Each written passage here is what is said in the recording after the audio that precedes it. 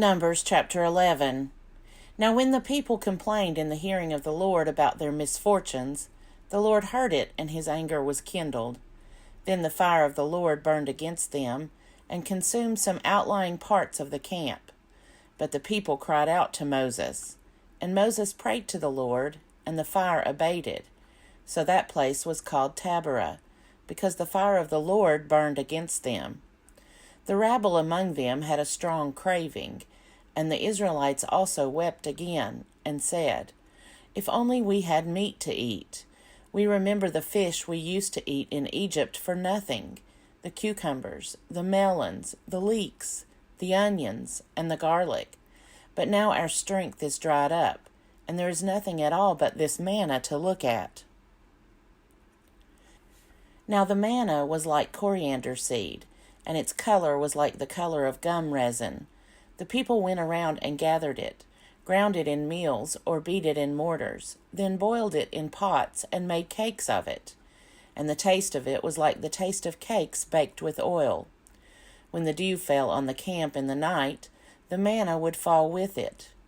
Moses heard the people weeping throughout their families, all at the entrances of their tents. Then the Lord became very angry, and Moses was displeased.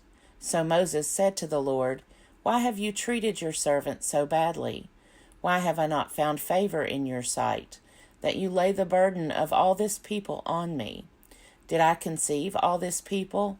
Did I give birth to them, that you should say to me, Carry them in your bosom, as a nurse carries a sucking child, to the land that you promised on oath to their ancestors?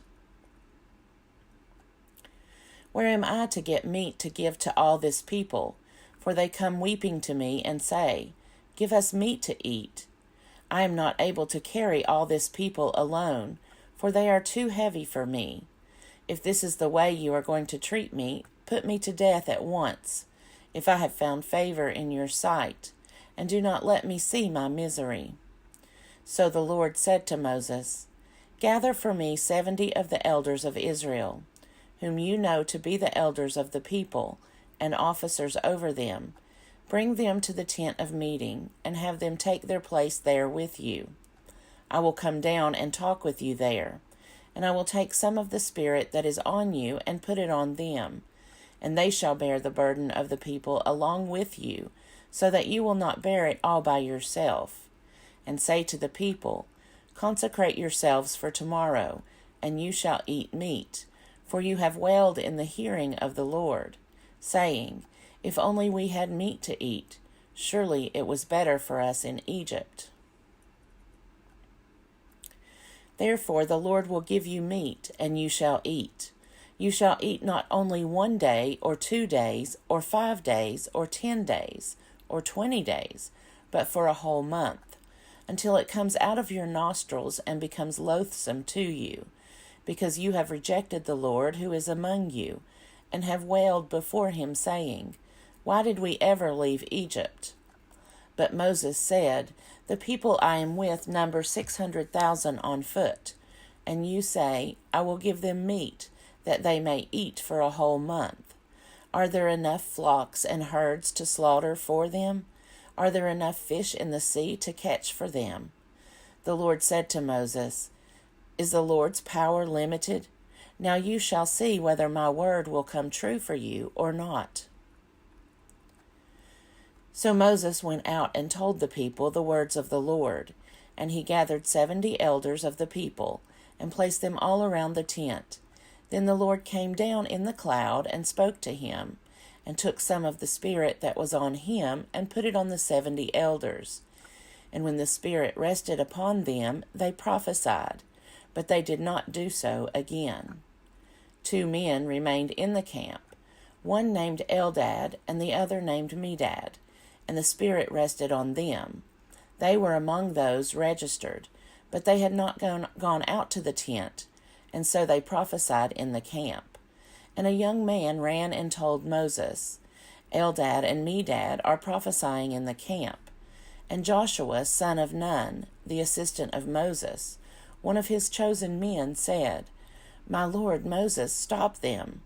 But Moses said to him, Are you jealous for my sake? Would that all the Lord's people were prophets, and that the Lord would put his Spirit on them. And Moses and the elders of Israel returned to the camp. Then a wind went out from the Lord, and it brought quails from the sea, and let them fall beside the camp, about a day's journey on this side, and a day's journey on the other side, all around the camp, about 2 cubits deep on the ground. So the people worked all that day and night, and all the next day, gathering the quails. The least anyone gathered was 10 homers, and they spread them out for themselves all around the camp. But while the meat was still between their teeth, before it was consumed, the anger of the Lord was kindled against the people, and the Lord struck the people with a very great plague. So that place was called Kibroth Hattaavah, because there they buried the people who had the craving. From Kibroth Hattaavah the people journeyed to Hazeroth. Numbers chapter 12. While they were at Hazeroth, Miriam and Aaron spoke against Moses because of the Cushite woman whom he had married, for he had indeed married a Cushite woman. And they said, Has the Lord spoken only through Moses? Has he not spoken through us also? And the Lord heard it. Now the man Moses was very humble, more so than anyone else on the face of the earth. Suddenly the Lord said to Moses, Aaron, and Miriam, Come out, you 3, to the tent of meeting. So the 3 of them came out. Then the Lord came down in a pillar of cloud, and stood at the entrance of the tent, and called Aaron and Miriam, and they both came forward.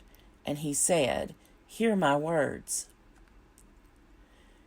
When there are prophets among you, I, the Lord, make myself known to them in visions. I speak to them in dreams. Not so with my servant Moses. He is entrusted with all my house. With him I speak face to face, clearly, not in riddles, and he beholds the form of the Lord. Why then were you not afraid to speak against my servant Moses? And the anger of the Lord was kindled against them, and he departed. When the cloud went away from over the tent, Miriam had become leprous, as white as snow, and Aaron turned towards Miriam and saw that she was leprous. Then Aaron said to Moses, Oh, my Lord, do not punish us for a sin that we have so foolishly committed. Do not let her be like one stillborn, whose flesh is half consumed when it comes out of its mother's womb. And Moses cried to the Lord, O God, please heal her. But the Lord said to Moses, If her father had but spit in her face, would she not bear her shame for 7 days? Let her be shut out of the camp for 7 days, and after that she may be brought in again. So Miriam was shut out of the camp for 7 days, and the people did not set out on the march until Miriam had been brought in again. After that the people set out from Hazeroth, and camped in the wilderness of Paran. Numbers chapter 13. The Lord said to Moses, Send men to spy out the land of Canaan, which I am giving to the Israelites. From each of their ancestral tribes you shall send a man, every one a leader among them. So Moses sent them from the wilderness of Paran according to the command of the Lord, all of them leading men among the Israelites. These were their names. From the tribe of Reuben, Shammua, son of Zakur. From the tribe of Simeon, Shaphat, son of Hori. From the tribe of Judah, Caleb, son of Jephunneh. From the tribe of Issachar, Igal, son of Joseph. From the tribe of Ephraim, Hoshea, son of Nun. From the tribe of Benjamin, Palti, son of Raphu. From the tribe of Zebulun, Gadiel, son of Sodi. From the tribe of Joseph, that is, from the tribe of Manasseh, Gadi, son of Susi. From the tribe of Dan, Amiel, son of Gemali. From the tribe of Asher, Sethur, son of Michael. From the tribe of Naphtali, Nabi, son of Vopsi. From the tribe of Gad, Geuel, son of Machi. These were the names of the men whom Moses sent to spy out the land. And Moses changed the name of Hoshea, son of Nun, to Joshua. Moses sent them to spy out the land of Canaan, and said to them, Go up there into the Negeb, and go up into the hill country, and see what the land is like, and whether the people who live in it are strong or weak, whether they are few or many, and whether the land they live in is good or bad, and whether the towns that they live in are unwalled or fortified, and whether the land is rich or poor, and whether there are trees in it or not. Be bold, and bring some of the fruit of the land. Now it was the season of the first ripe grapes.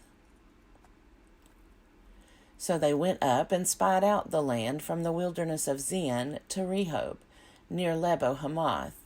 They went up into the Negeb and came to Hebron, and Ahaman, Shishai, and Talmai, the Anakites, were there. Hebron was built 7 years before Zoan in Egypt. And they came to the Wadi, Eshcol, and cut down from there a branch with a single cluster of grapes. And they carried it on a pole between two of them. They also brought some pomegranates and figs.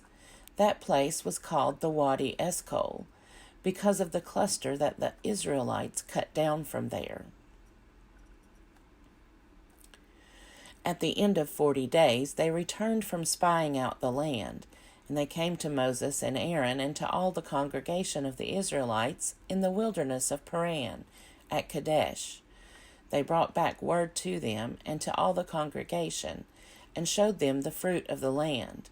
And they told him, We came to the land to which you sent us. It flows with milk and honey, and this is its fruit. Yet the people who live in the land are strong, and the towns are fortified and very large. And besides, we saw the descendants of Anak there. The Amalekites live in the land of the Negeb. The Hittites, the Jebusites, and the Amorites live in the hill country.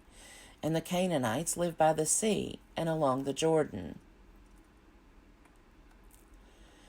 But Caleb quieted the people before Moses and said, Let us go up at once and occupy it, for we are well able to overcome it. Then the men who had gone up with him said, We are not able to go up against this people, for they are stronger than we. So they brought to the Israelites an unfavorable report of the land that they had spied out, saying, The land that we have gone through as spies is a land that devours its inhabitants. And all the people that we saw in it are of great size. There we saw the Nephilim. The Anakites come from the Nephilim, and to ourselves we seemed like grasshoppers, and so we seemed to them.